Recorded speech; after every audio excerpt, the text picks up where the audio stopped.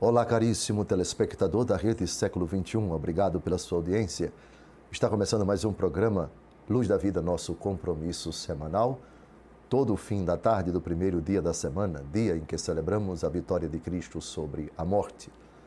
Durante 30 minutos é o nosso propósito refletir sobre assuntos de relevância para a nossa fé católica apostólica romana. Continuamos a tentar realizar o nosso propósito ousado de comentar os Salmos, versículo por versículo, com os padres da Igreja. Já dedicamos dezenas de programas a esse propósito. Terminamos o programa anterior comentando o Salmo de número 2, versículo 4. É o Salmo messiânico, portanto, se reveste de uma particular importância para nós. O Salmo que profetiza sobre o Messias, que é o Senhor do Universo. Esse Salmo é particularmente importante porque foi citado pelo evangelista Lucas, autor dos Atos dos Apóstolos, no capítulo 4, para descrever a perseguição sofrida pela Igreja da parte das autoridades religiosas e políticas do seu tempo, porque tumultam as nações, porque tramam os povos vãs conspirações, erguem-se juntos os reis da terra e os príncipes se unem para conspirar contra o Senhor e contra o seu Cristo. Ao citar esse salmo, o evangelista Lucas, autor dos Atos dos Apóstolos, mostra que tudo aquilo que estava acontecendo com a igreja era o cumprimento dos oráculos. Nesse sentido, o Salmo 2 é importantíssimo para nós, porque fala da missão do Messias e fala da missão da igreja. Agora continuamos a ler e meditar cada versículo do Salmo 2 e vamos para o versículo 5. Dirigindo-se a eles em cólera, ele os aterra com o seu furor. Cólera e furor. Quem é o autor? Quem é que tem essas prerrogativas? De quem é que o versículo 5 está falando? Está falando de Deus, dirigindo-se a eles. A eles quem? Aqueles que se opõem contra Deus e contra o seu Cristo. Os reis da terra, aqueles que se erguem juntos com os príncipes para conspirar contra Deus e contra o seu Cristo. E já vimos que, por transladação, também para a sua igreja. Ora, se Deus é o sujeito desse versículo 5, como falar de cólera em Deus se Ele é rico em misericórdia? Como falar de furor em Deus se Ele é compaixão? Estaria o Salmo exagerando, dizendo uma blasfêmia contra Deus, ao dizer que se acende a sua cólera, que o furor de Deus é o motivo que leva Deus a se dirigir a esses que se insurgem contra Ele e contra o seu Cristo? Afinal de contas, em Deus, o que é cólera? Afinal de contas, em Deus, o que é furor? Com a palavra, o magnífico, o grandiosíssimo Santo Agostinho. Ira e furor do Senhor não são perturbação da mente, e sim força vindicativa, inteiramente justa, pois serve-o submissa toda a criação. Principalmente se considere e mantenha o que consta nos escritos de Salomão: Senhor poderoso, julgas com tranquilidade e tudo dispões com grande indulgência. A ira de Deus, portanto, é a comoção da alma, conhecedora da lei de Deus, ao ver o pecador transgredir a mesma lei.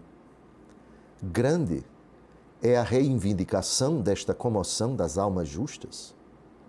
Ainda é possível entender a ira de Deus como o próprio obscurecimento da mente dos transgressores da lei de Deus. Deus não se ira como nós nos iramos? O furor de Deus não é semelhante ao nosso? A ira de Deus é uma expressão de sua misericórdia, que dirigida ao pecado, não pode apoiá-lo, não pode legitimá-lo, não pode concordar com ele. Nem é preciso acreditar em Deus para concordar com a mãe ou o pai que se indignam contra a conduta indigna do filho, pecaminosa, inconveniente, arrogante. Essa ira, ela é amorosa? Não faça isso. Eu não posso aprovar isso. Eu não concordo com isso. Com relação à ira, há um versículo na carta de São Paulo aos Romanos que eu pediria que vocês memorizassem. Ela é fundamental para compreendermos com precisão o que é a ira de Deus.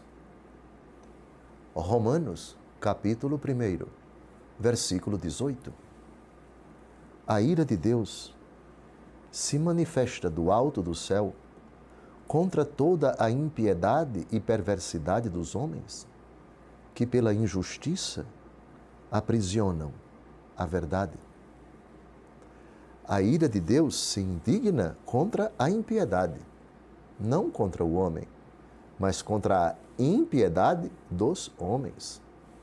A ira de Deus se acende contra a perversidade dos homens, não contra os homens, mas contra a perversidade deles. Por isso, o furor da ira de Deus é o abrasamento da sua misericórdia, do seu amor condescendente, que jamais pode acobertar, legitimar, concordar, ignorar o pecado do homem. Deus nos quer santos. E quando estamos nas trevas, o seu amor nos abrasa e nos manda esses recados carinhosos, esses sinais amorosos, para que reflitamos. Na casa do meu pai há comida em abundância, e eu aqui passando fome, vou levantar-me, vou ao meu pai e direi: Pai, pequei contra o céu e contra ti. Já não sou digno de ser chamado teu filho, trata-me como a um servo. E depois levantou-se e foi.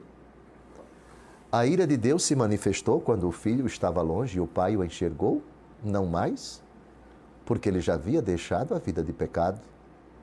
Ora, enquanto ele estava nas trevas, na pocilga, no mau cheiro, símbolos da vida sob o poder de Satanás, ele estava sendo abrasado pelo seu próprio pecado. Deus, à distância, aguardava o retorno do filho. Agora que ele voltou, é o abraço, é a felicidade que dispensa palavras. O pai não dirige uma palavra para o filho, mas o filho dirige palavras para o pai. Anel no dedo, sandália aos pés, roupa nova. A festa vai começar, porque este meu filho estava morto e reviveu, estava perdido e foi achado. O que há, portanto, por trás, leia de novo o versículo 5, dirigindo-se a eles em ira, ele os aterra com o seu furor. Não é um furor vingativo, não é um furor que quer destruir. Aliás, o Salmo 129 diz: se levardes em conta, Senhor, nossas faltas, Senhor, quem poderá subsistir? Mas em vós encontra-se o perdão. Eu vos temo e em vós espero. Estamos a 3 minutos e meio do final do primeiro bloco e eu gostaria de citar um outro padre da igreja dos séculos V e VI, Cassiodoro. Na exposição dos Salmos, ele tem uma obra comentando todos os Salmos, e esse versículo 5 foi objeto de sua atenção. Vamos ao que ele disse, vamos à sua intuição. Deus julga na calma e confunde sem abandonar o seu amor paterno. Ele não é tomado pela ira por causa de uma crescente emoção contra os ímpios, mas afasta deles os efeitos da sua graça. É dessa forma que o castigo dos pecadores é chamado ira de Deus. A santa divindade não experimenta emoções, mas permanece sempre eterna e imutável.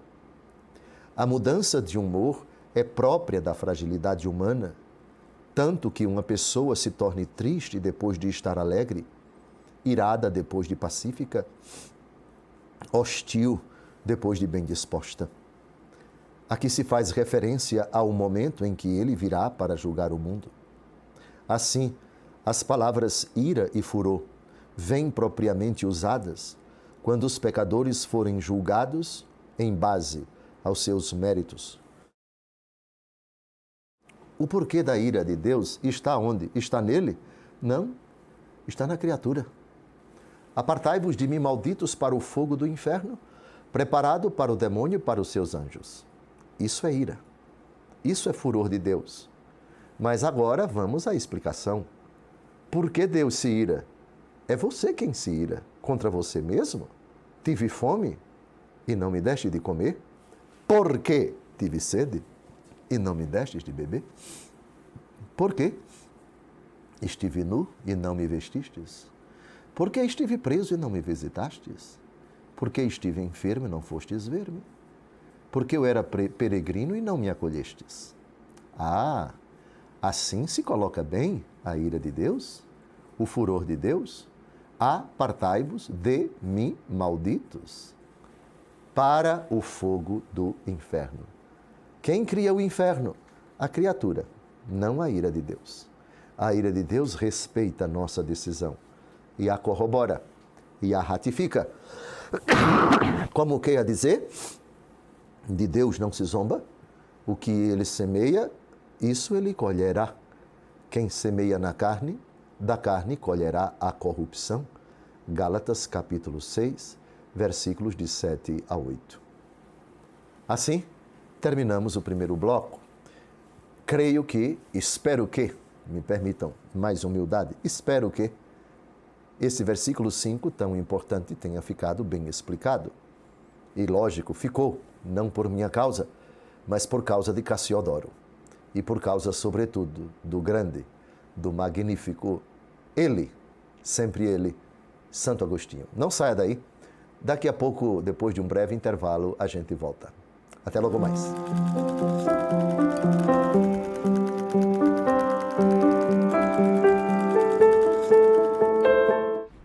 Olá, caríssimo telespectador da Rede Século XXI. Obrigado por ter permanecido conosco depois desse breve intervalo. Está começando o segundo bloco do nosso encontro semanal Luz da Vida, dedicado ao comentário do Salmo 2, salmo de particular importância porque é um oráculo messiânico, trata do Messias, Senhor do Universo. No final do primeiro bloco, nós comentamos precisamente o versículo 5, que diz: dirigindo-se a eles em cólera, ele usa a terra com o seu furor. E vimos na ótica de Cassiodoro e de Santo Agostinho o significado de cólera em Deus e de furor em Deus. Agora, chegamos ao versículo 6. Sou eu, diz, quem me sagrei um rei em Sião, minha montanha santa. A grande pergunta que os cristãos fazem, não aos judeus, não a quem quer que seja, mas a si mesmos. Quem é a figura com a qual esse versículo se identifica? O texto diz de forma misteriosa: sou eu quem me sagrei, um rei em Sião, minha montanha santa. Quem me sagrei. No Antigo Testamento não há uma única prerrogativa, não há nenhum caso de alguém que tenha se sagrado. A sagração, a consagração, a unção, que acontecia normalmente com o derramamento de óleo na cabeça da pessoa e a unção em várias partes do corpo, sobretudo as mãos, acontecia por força de uma decisão de Deus que mandava alguém ungir outra pessoa. Assim, os profetas ungiam os reis, os profetas ungiam os sacerdotes ungiam outros sacerdotes, mas não uma pessoa que se ungia.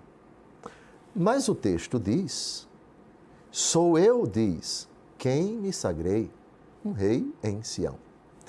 Então, se nós não encontramos no Antigo Testamento um único caso de alguém que se sagra a si mesmo, temos que buscar no Novo Testamento.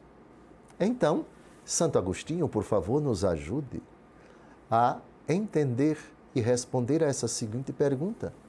Quem é essa figura que haveria de se sagrar? Aliás, o verbo aqui está no passado. Eu me sagrei. Santo Agostinho nos ensine. Sou eu, diz, quem me sagrei um rei em Sião, minha montanha santa. Trata-se, evidentemente, da pessoa de nosso Senhor Jesus Cristo. Se, conforme a opinião de alguns, a palavra Sião significa contemplação, a nada mais devemos aplicá-la do que a igreja, onde cotidianamente a atenção do Espírito se eleva à contemplação da glória de Deus, segundo diz o apóstolo, e nós todos que, com a face descoberta, contemplamos a glória do Senhor. O sentido é, portanto, o seguinte: eu, porém, fui por ele constituído rei de sua santa igreja, denominada montanha, devido à elevação e à firmeza. Sou rei quem me sagrei um rei, em cujas cadeias eles pretendiam quebrar e cujo jugo queriam sacudir. Sou eu quem me sagrei.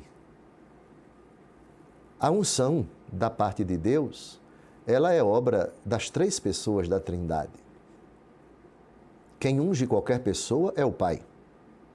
A unção do Pai é o próprio Espírito. E tudo aquilo que o Pai faz, o Filho também faz. O meu Pai trabalha sempre e eu também sempre trabalho. Ele diz no Evangelho segundo João. O Pai age sempre por meio do Filho e a força operativa do Pai pelo Filho é o Espírito Santo.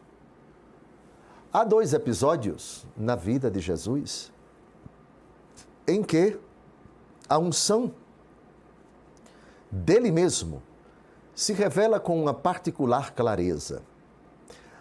O primeiro ato da vida pública de Jesus foi o seu batismo nas águas do Jordão. No batismo de Jesus antecipa-se a sua paixão, a sua morte e a sua ressurreição. Importa que assim seja, porque convém que se cumpra toda a justiça. É a resposta de Jesus à objeção de São João Batista, que não queria batizar nosso Senhor. Eu é que devo ser batizado por ti e tu vens a mim? Quando Jesus sai da água,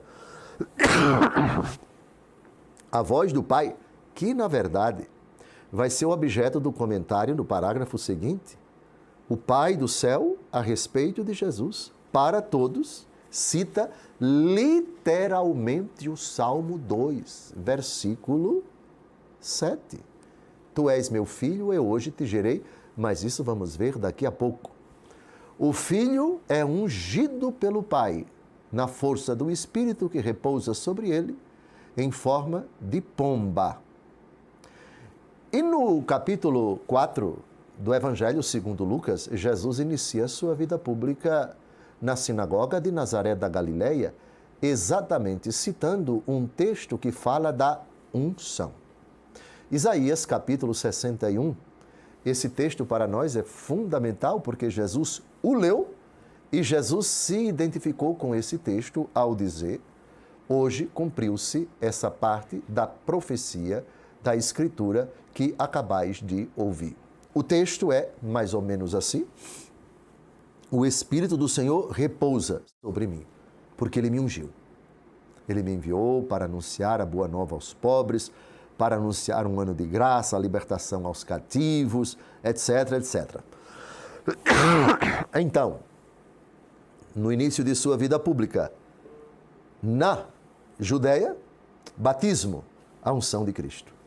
Na sinagoga de Nazaré da Galileia, a unção de Cristo, dessa vez contida nas profecias que ele leu e disse depois a respeito delas, hoje cumpriu-se essa parte da profecia que vós acabastes de ouvir.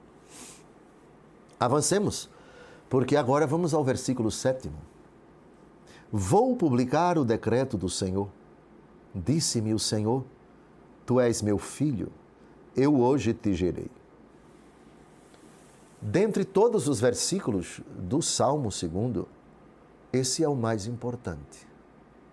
Ele é importante porque Deus Pai pronunciou essa palavra. Quando?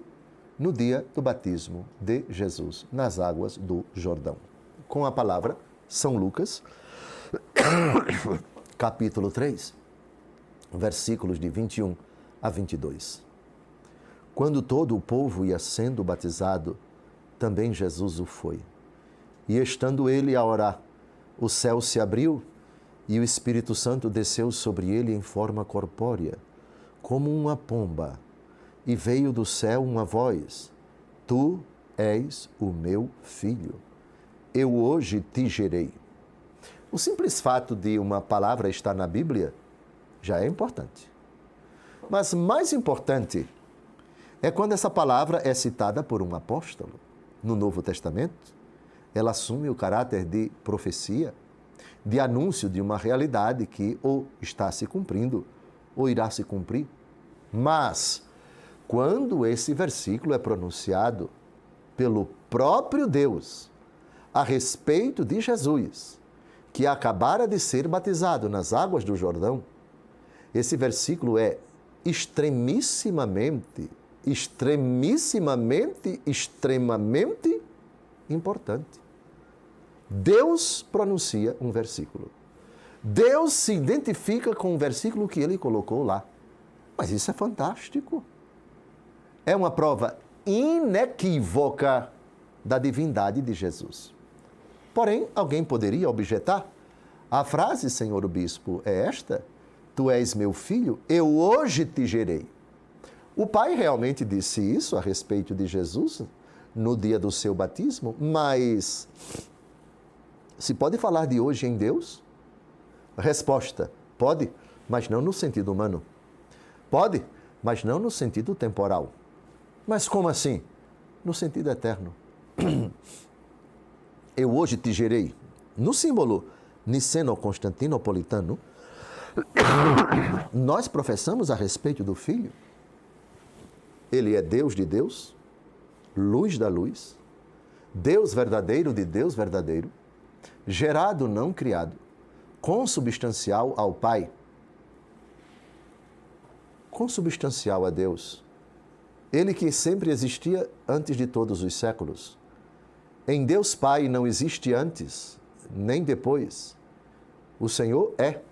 Nele só há o presente, não há passado nem futuro. Isso se aplica ao Filho, isso se aplica também ao Espírito Santo. Portanto, o hoje de Deus é a eternidade. O nosso hoje é o complexo de segundos que se sucedem do primeiro segundo após a meia-noite até o último segundo, perto da meia-noite daqui a pouco. Isto é, 11 horas, 59 minutos, 59 segundos é o último segundo do dia de hoje. Já que 0 hora é o começo do dia seguinte.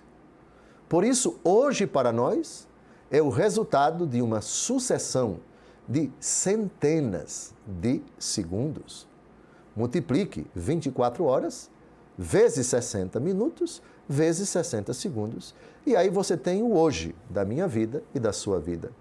Mas tu és meu filho. Eu hoje te gerei. O hoje de Deus é toda a eternidade. Assim, quando o Pai diz, eu hoje te gerei, Ele está dizendo, tu, filho, sempre exististe comigo desde toda a eternidade. Eu sempre existi, tu também sempre exististe. O Espírito Santo, a terceira pessoa em nós, também sempre existiu.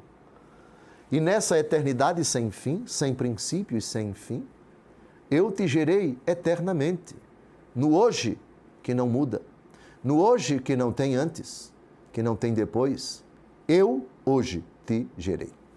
Está terminando o nosso encontro. Desejo a você uma semana abençoada, rezando para que eu fique bom dessa gripe, mas o programa de domingo que vem já vai ser gravado daqui a 10 minutos. Duvido que eu fique curado daqui para lá, mas Jesus é poderoso. O hoje, acho que o hoje, até a meia-noite, estou tomando remédio, mas que eu vou ficar gripado, vou. Em todo caso, no hoje de Deus, glorifique a Deus que é eterno, com o seu Filho que é eterno, com o Espírito Santo que é eterno. E eu aqui no tempo vou rezar para que esta gripe não seja eterna. Aceite minha bênção em nome do Pai, do Filho e do Espírito Santo. Amém.